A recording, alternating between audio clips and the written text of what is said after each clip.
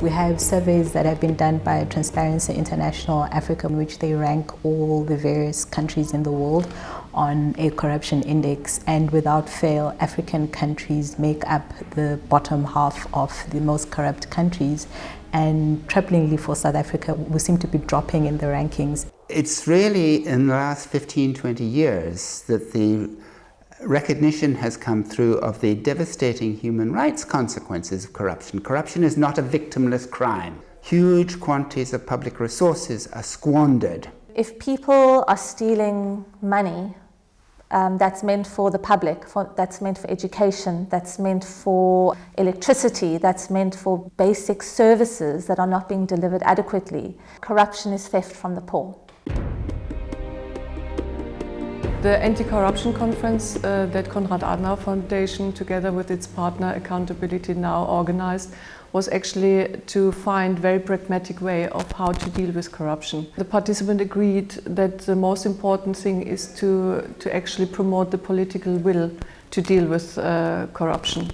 I think what the participants also realized is that we don't need new laws or new regulations, you know, they're in place.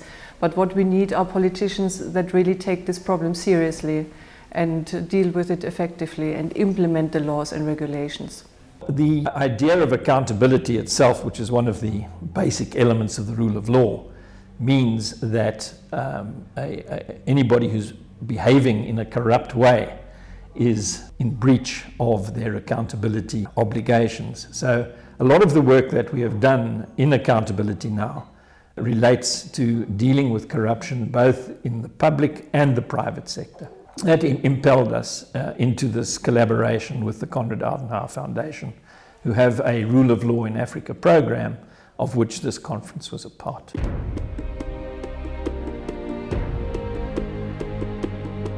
Often people think corruption is acceptable. It's a way of how to deal with public officials, it's a way of life, but they don't realize it's really a crime against humanity. And corruption also has various implications. And public officials must realize that to accept a gift in order for them to provide a service that they should provide in any case is not acceptable. And there should be consequences if people get caught.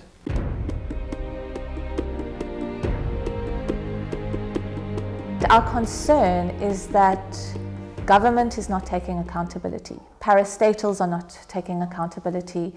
And that has trickled down to civil society, where a lot of people in civil society are also not being accountable for their actions. And our main thrust is to get people to understand what it means to be accountable for your actions and to take responsibility for how you conduct yourself within society.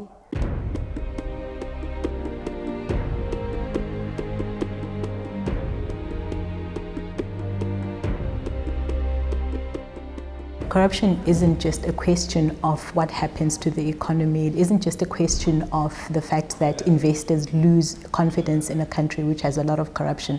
But we also need to bear in mind that corruption is ultimately a human rights issue. If people are not getting access to services because municipality funds have been squandered or there's been some form of maladministration, it obviously means that people are not getting access to their rights, their constitutionally enshrined rights.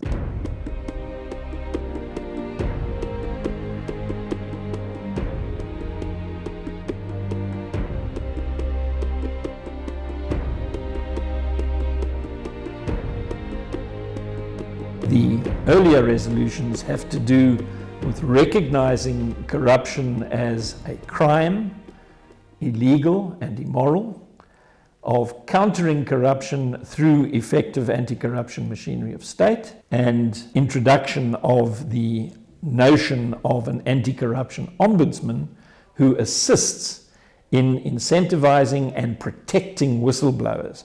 Whistleblowers are motivated in the public good, essentially.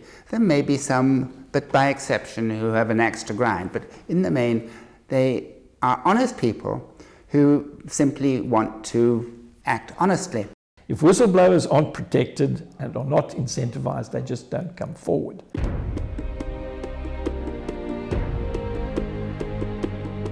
The last two ideas relate to the World Bank sanction system in procurement, which has a way of keeping those in the procurement process honest, and the disclosure of financial interests of those who are involved in the procurement process. Civil servants, politicians must tell the public what they have so that the public can form an impression of how well people are doing out of public office. The idea of public office is to serve people, not to get rich. If you want to get rich, you go into business. If you want to serve people, you go into politics. And that doesn't happen in Africa. In fact, it doesn't happen all over the world.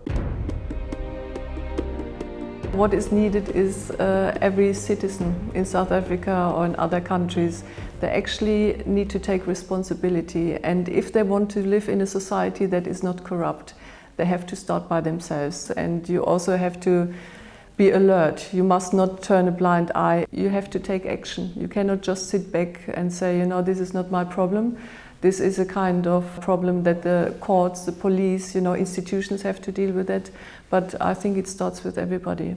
Corruption can be dealt with, but it starts with the realization that something as simple as getting out of a traffic fine, something as simple as bribing a police officer to make a traffic fine go away, is a form of corruption. Corruption isn't just about billions of dollars that are wasted by government departments. Corruption starts with us. The more people who become aware of the fact that corruption is a human rights issue and that dealing with corruption takes strong political will, secure, effective anti-corruption machinery of state, and strategies such as the protection and incentivization of whistleblowers and a civil sanction system such as that which is used by the World Bank, the better.